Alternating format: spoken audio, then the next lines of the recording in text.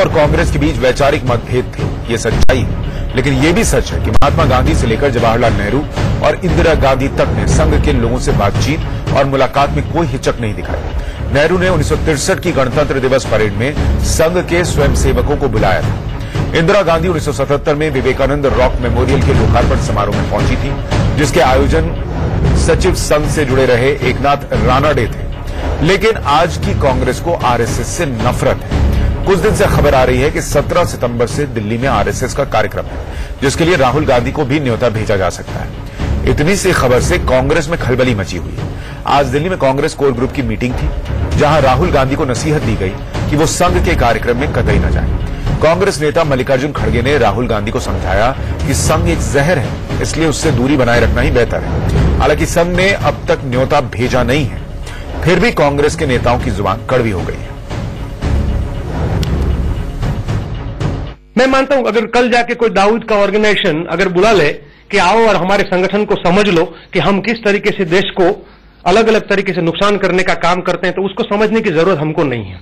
उसी तरीके से आरएसएस देश को जिस प्रकार का नुकसान किया है, क्या हम वो समझने जाए कि आप किस तरीके से देश को डिवाइड करते हैं? क्या हम वो समझने जाए कि आप किस तरीके से भाषा और प्रदेश और जाति और धर्म के नाम पर इस देश का बांटने की और कौमी हुल्लड़ करवाने की जो ट्रेनिंग दे रहे हो, क्या हम वो करें? देखिए, जिनको लोकतांत्रिक विमर्श में विश्वास ही नहीं है, वे विमर्श से डरते हैं।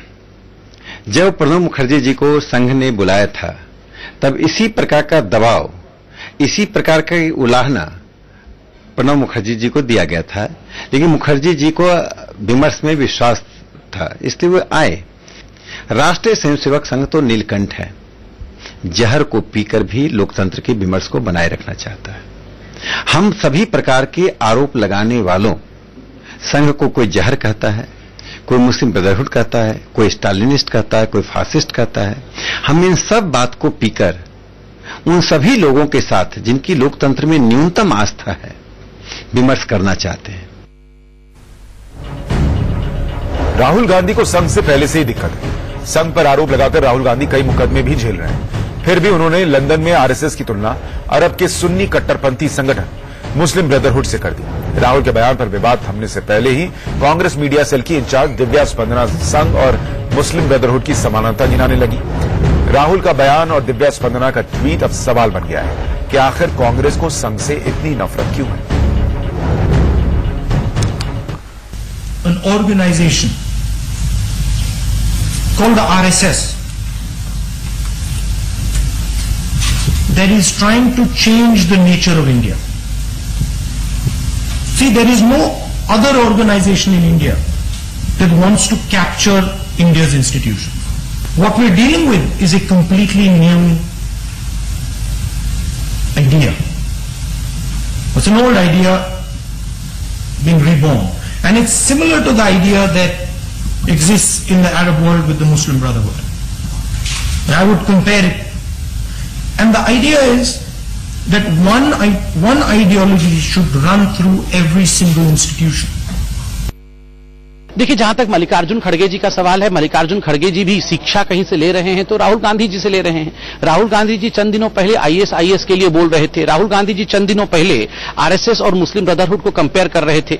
आज अगर आरएसएस को मल्लिकार्जुन खड़गे जी पॉइजन कह रहे हैं, तो मल्लिकार्जुन खड़गे जी को सोचना चाहिए कि केरल में जब फ्लड आ रहा था, निक्कर पहन के आरएसएस के लोग वहां पर रिलीफ का काम कर रहे थे। क्या वो पॉइजन था? क्या अच्छे काम करना पॉइजन है? और जो लोग जहर फैलाते हैं, कमर बाजवा जो पाकिस्तान के आर्मी के चीफ है, उनको गले लगाते हैं तो बड़ा अमृत नजर आता है। वहां पर आईएस के पक्ष में बोलने में इनको अमृत नजर आता है। जहां अमृत है वहां जहर नजर आता है। ये विडंबना कांग्रेस पार्टी की है। जिन्होंने भी आरएसएस की थ्योरी पढ़ी है, उसका संविधान पढ़ा है, ये बिल्कुल एक फासिज्म की तरफ देश को ले जाने का एक तरीका है। एक धर्म, एक जाति, एक बिरादरी और इस तरह से एक भाषा, जो भारत जैसे देश में संभव नहीं है। भारत के बारे में हमेशा हम कहते रहे हैं कि अनेकता में एकता है, लेकिन ये आरएसएस की जो थ्योरी है वो इस देश में चलने वाली नहीं है। आज न कल लोग इस बात का खुलकर विरोध करेंगे। अब सवाल यही कि राहुल गांधी को आरएसएस से इतनी नफरत क्यों है। और इस पर इतनी सियासत क्यों और आरएसएस की तुलना मुस्लिम ब्रदरहुड से क्यों? हमारे साथ बीजेपी के नेता प्रेम शुक्ला जुड़ रहे हैं। बहुत स्वागत है सर आपका। कांग्रेस के प्रवक्ता आलोक शर्मा थोड़ी देर में हमारे साथ जुड़ जाएंगे। समीर महासेठ आरजेडी के नेता हमारे साथ हैं, आपका भी स्वागत है। और डॉक्टर गीता भट्ट आरएसएस विचारक हमारे साथ हैं, आपका भी स्वागत है डॉक्टर भट्ट। लेकिन पहला सवाल चूंकि आलोक शर्मा जी नहीं है, इसलिए मैं समीर महासेठ जी आपसे पूछना चाहता हूं कि क्या राहुल गांधी के अंदर जो नफरत है आरएसएस को लेकर, आप उसे वाजिब मानते हैं? और क्या आपको भी लगता है कि आरएसएस की तुलना मुस्लिम ब्रदरहुड से सही है?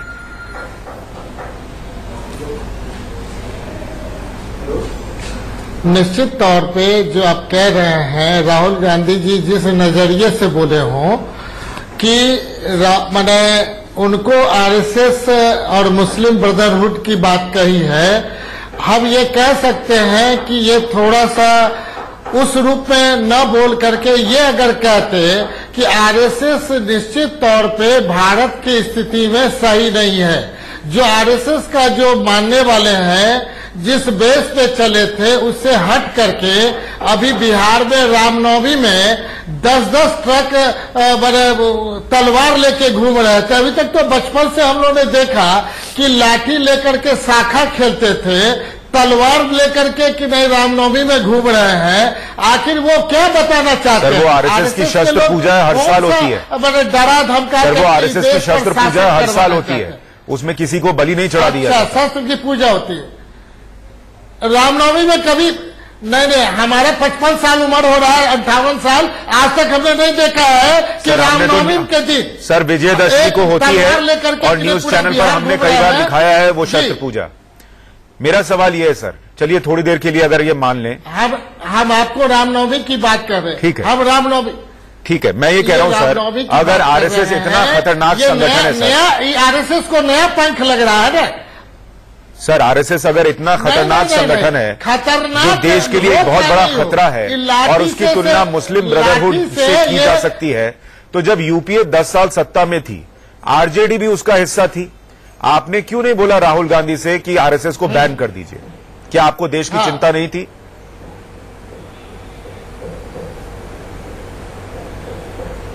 कभी भी बैन करने की बात नहीं होनी चाहिए। आरएसएस जो था उस ढंग से अपना, तो सीपीआई माओइस्ट को क्यों बैन किया यूपीए सरकार ने? लेकिन जो आरएसएस में नया जो बैन किया उसके उनसे पूछिए। आप कह रहे हैं कि बैन नहीं होना चाहिए, जो रूप तो बैन तो हो रहे थे संगठन, हो सकता है राहुल सीमी बैन है, दूसरे कई संगठन बैन है, और आपके हिसाब से आरएसएस आतंकी संगठन से कम नहीं है, तो उसको बैन क्यों नहीं किया? आपने देश के सुरक्षा के साथ समझौता क्यों किया? आप तो सरकार का हिस्सा थे, लालू यादव सरकार का हिस्सा थे। आरएसएस अपने जो शुरू से रहा है, आरएसएस का जो पढ़ने वाले हैं वो जानने वाले बताते हैं कि अब आरएसएस अपना उस रूप से परिवर्तन कर रहा है। वही राहुल गांधी ने कहा है कि उनकी तुलना, मेरा सवाल और था, मेरा सवाल ये था कि आरएसएस बदल गया, आरएसएस खतरनाक है, आपने बैन क्यों नहीं किया? एक ऐसा संगठन जो आप कह रहे हैं कि तलवारें लहरा रहा है, उसको बैन क्यों नहीं किया यूपीए सरकार ने? क्या आपको देश की चिंता नहीं थी या सिर्फ बयानबाजी से मतलब है? अरे नहीं, आप देश को ये बतावे कि लाठी तक था तो वो एक लगता था संगठित होना, आपके पास जवाब नहीं है सर, बनाना है। माफी चाहूंगा लेकिन आपके पास जवाब नहीं है इस बात का कि आपने क्यों कार्रवाई नहीं की। आप लोग सियासत करते, कार्रवाई नहीं करते। प्रेम शुक्ला जी, क्या आपकी समझ में आ रहा है कि राहुल गांधी बीते कुछ वक्त से आरएसएस को लेकर इतनी नफरत अंदर क्यों पाल रहे हैं, और देश से लेकर विदेश तक में उनके निशाने पर आरएसएस क्यों है?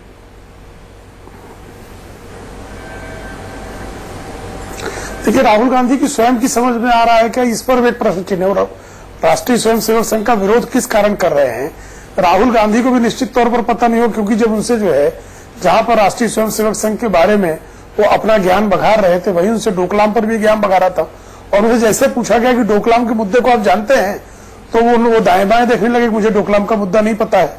उनसे एक प्रश्न पूछा गया, उन्होंने कहा कि एक आरएसएस की आइडियोलॉजी और एक हमारी आइडियोलॉजी है। किसी ने उनसे, श्रोताओं में से प्रश्न कर लिया कि आपकी आइडियोलॉजी क्या है, फिर वो दाएं बाएं झांकने लगे। तो राष्ट्रीय स्वयंसेवक संघ का संदर्भ हो, डोकलाम का संदर्भ हो, विचारधारा का संबंध हो, किसी भी विषय पर राहुल गांधी स्वयं उनकी किसी भी मामले में स्पष्ट विचारधारा, यही अपने आप में संदिग्ध है। दूसरा मुद्दा यह है कि राष्ट्रीय स्वयंसेवक संघ के संदर्भ में पंडित नेहरू भी 1947 में, मैं आपको नवंबर 1947 का ट्रिब्यून की एक संपादकीय प्रेषित कर सकता हूं, जिसमें जो है जब तक महात्मा गांधी की हत्या नहीं हुई थी और महात्मा गांधी की हत्या का झूठा आरोप राष्ट्रीय स्वयंसेवक संघ पर नहीं लगा था, तब भी जो है पंडित जवाहरलाल नेहरू ट्रिब्यून की संपादकीय के अनुसार राष्ट्रीय स्वयंसेवक संघ और अकाली दल पर प्रतिबंधित करने का बहाना ढूंढ रहे थे। लेकिन जब 1962 के युद्ध में, चीन के युद्ध में जब उन्होंने पाया कि राष्ट्रीय स्वयंसेवक संघ के स्वयंसेवक किस तरह से अनुशासित होकर वहां पर सैनिक प्रशिक्षण शिविरों, सैनिक भर्ती केंद्रों पर काम कर रहे थे, परिवहन को नियंत्रित कर रहे थे, देश में जो है राष्ट्रीयता का जो है वो जिस तरह से राष्ट्रीय भाव जागृत कर रहे थे, तो उन्होंने स्वयं जो है आपने ही बताया कि गणतंत्र दिवस के परेड में निमंत्रित किया। श्रीमती इंदिरा गांधी के मन में बहुत सारी आशंकाएं थी, लेकिन जब उनसे आदरणीय एकनाथ रानडे जी विवेकानंद के केंद्र के उद्घाटन के लिए उनके पास गए तो उन्हें सहज सहमति दी। लेकिन आज जो कांग्रेस है वो न महात्मा गांधी की कांग्रेस है न इंदिरा गांधी की कांग्रेस है, बल्कि मायनो कांग्रेस है। और मायनो कांग्रेस में किसी भी विरोधी को सहने की किसी प्रकार की शक्ति उनके भीतर नहीं है। मेरा सवाल एक और है, विरोधियों के बारे में कहना मेरा सवाल कि आप जहर फैला रहे हैं, क्या राहुल गांधी कांग्रेस 2019 के लिए, मुझे 10 सेकंड दे, फिर सवाल ले। हाँ ठीक है, बोल लीजिए।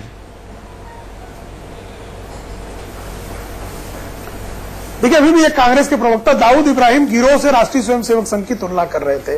दाऊद इब्राहिम गिरोह के संदर्भ में राष्ट्रीय स्वयंसेवक संघ से किसी प्रकार की तुलना का कोई भी बिंदु तो नहीं है, लेकिन एनएन वोहरा कमेटी की रिपोर्ट दाऊद इब्राहिम गिरोह के साथ किस तरह से कांग्रेसियों के संबंध रहे हैं, इस बारे में तमाम पत्रिकाओं ने एनएन वोहरा समिति की लीक रिपोर्ट जो प्रकाशित की है, और कभी कांग्रेस उसको डिनाई करने की स्थिति में नहीं रही।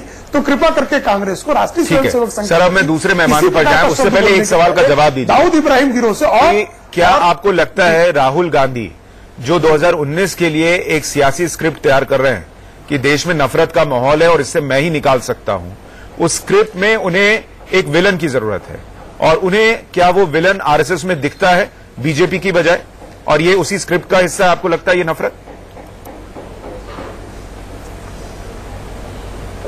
देखिए, दरअसल स्वयं राहुल गांधी जो नफरत की राजनीति की उपज हैं, वो नफरत की राजनीति करते आए हैं। नफरत की राजनीति उन्होंने जो है 2004 से लेकर 2014 तक जिस तरह से उनके नेतृत्व वाली कांग्रेस ने राष्ट्रीय स्वयंसेवक संघ को आतंकवादी संगठनों से संबद्ध होने का प्रयास किया। आदरणीय मोहन राव भागवत जी को भी जो है जिस तरह से मालेगांव विस्फोट कांड में उन्हें तक जांच पहुंचाने के लिए असीमानंद जी पर जिस तरह के दबाव डाले गए, वो सिद्ध करता है कि उनको जो है राष्ट्रीय स्वयंसेवक संघ को जो है आतंकवादी संगठनों से जोड़ने का षड्यंत्र कांग्रेस रच चुकी है, लेकिन उसमें विफल हुई है। और उस वैफल्य का परिणाम उन्होंने भोगा है कि किस तरह से सत्ता से बाहर लोगों ने फेंक दिया है। एक दूसरा प्रयास फिर से कर रहे हैं, इसमें कोई संदेह नहीं। ठीक है, आलोक शर्मा जी हमारे साथ जुड़ गए हैं, कांग्रेस के प्रवक्ता। आलोक जी, बहुत बहुत स्वागत है आपका। लेकिन मैं थोड़ा सा आपके पास देरी से आऊंगा क्योंकि आप देर से जुड़े हैं, तो मैं जरा एक मौका डॉक्टर गीता भट्ट को भी देना चाहता हूं, वो रिस्पॉन्ड कर लें, फिर मैं आपके पास सवाल लेकर आऊंगा। डॉक्टर भट्ट, क्या आप समझ पा रही हैं कि राहुल गांधी को आरएसएस से क्या तकलीफ है, और क्या आरएसएस इस तकलीफ के बावजूद अपने कार्यक्रम में उनको बुला सकता है या बुलाने जा रहा है? देखिए सुशांत जी, ऐसा है कि कुछ लोग अपनी प्रासंगिकता जो है वो सकारात्मक व्यवहार से दिखाते हैं और कुछ लोग नकारात्मक व्यवहार से। तो राहुल गांधी और उनसे जुड़े हुए जितने भी लोग हैं, चाहे वो खड़गे जी हो, चाहे दिव्या स्पंदना हो, और बाकी बहुत से लोग जो जब जिनका मन चाहे संघ के विषय में कोई भी बात अपनी रखने का प्रयास करते हैं, तो मैं ये कहूंगी कि वो, क्योंकि उनके पास इस समय कोई और बात करने को नहीं है, तो अपनी जो प्रासंगिकता बनाने के लिए उन्हें एक नकारात्मक व्यवहार दिखाने का प्रयास है। और राहुल गांधी जी को जिस प्रकार से आप ये देखिए कि उनको लगा कि शायद एक सबसे सरल माध्यम है कि आप हर बात के लिए लिखिए, उनका जो आप हर दिन की शुरुआत जैसे बिना संघ का नाम लिए नहीं होती है। तो खैर, ये इस तरह वो अपनी जो समझदारी है वो जनता के सामने रख रहे हैं। पर एक बात मैं ये कहना चाहूंगी कि लेकिन दिव्या जो लिख रही है, दिव्या स्पंदना, देश भर में वो कह रही है कि आरएसएस और मुस्लिम ब्रदरहुड दोनों धर्मनिरपेक्ष राज्य को बदलना चाहते हैं। दोनों जो है 1920 के दशक में एक साथ उनका उद्भव हुआ एक तरीके से। क्या आप ये तुलना जो है वो उचित मानती है, आपको सही लगती है? देखिए, दिव्या स्पंदना जो है वो उनकी राहुल जी की सलाहकार हैं कि राहुल जी उनके सलाहकार हैं। दोनों एक ही बात को कह रहे हैं। यही बात कुछ दिन पहले राहुल गांधी जी ने भी विदेश जाकर बात ही कही।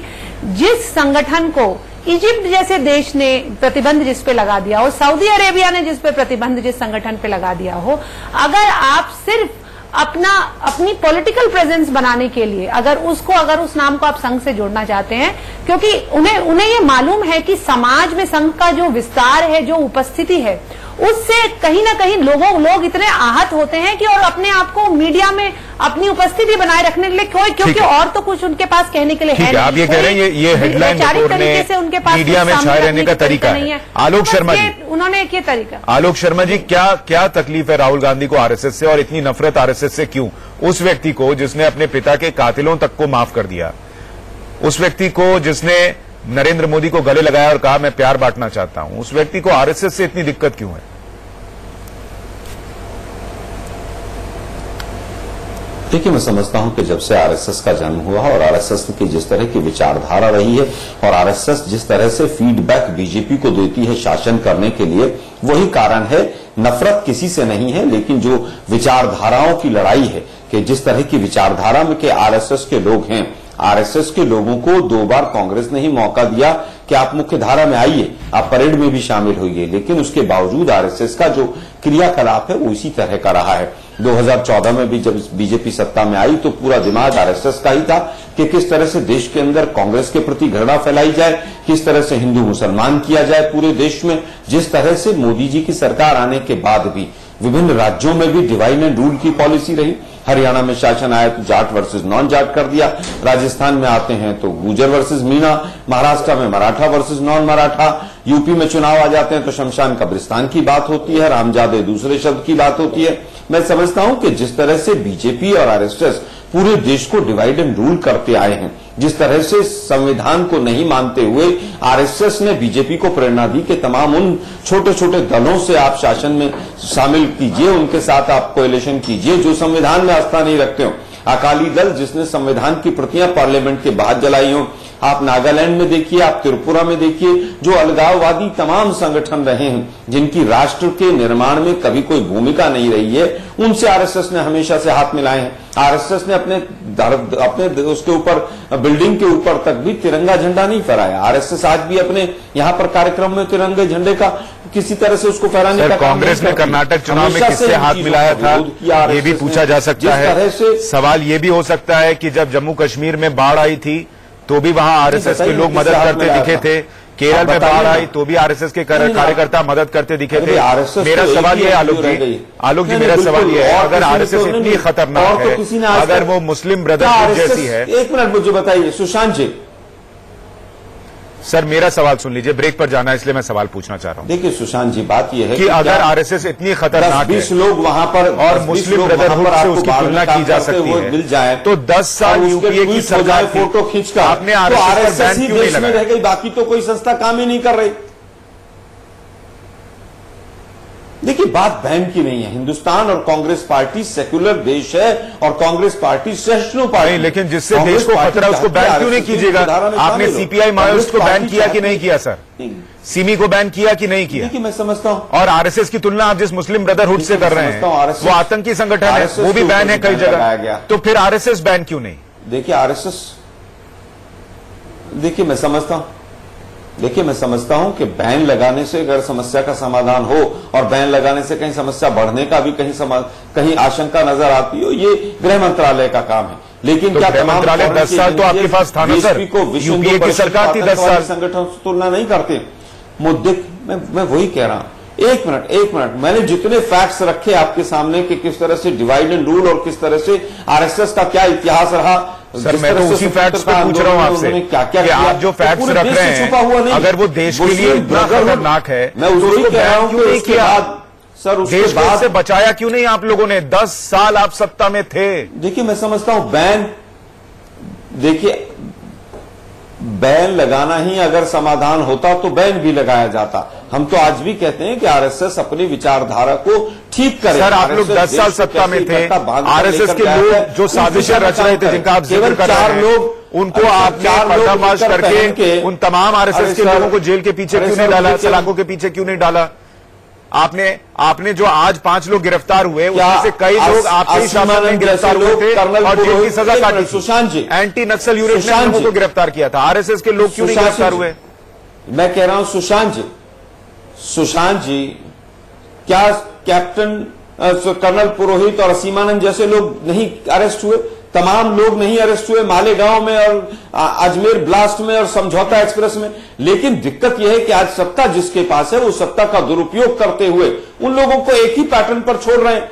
आज पूछना चाहिए एनआईए से कि भाई आप ही, एनआईए ने कहा कि ये लोग दोषी हैं, इकबालिया बयान आया और उसके बाद आज आप ही कह रहे हैं, तो कोई अधिकारी तो जिम्मेदार होगा।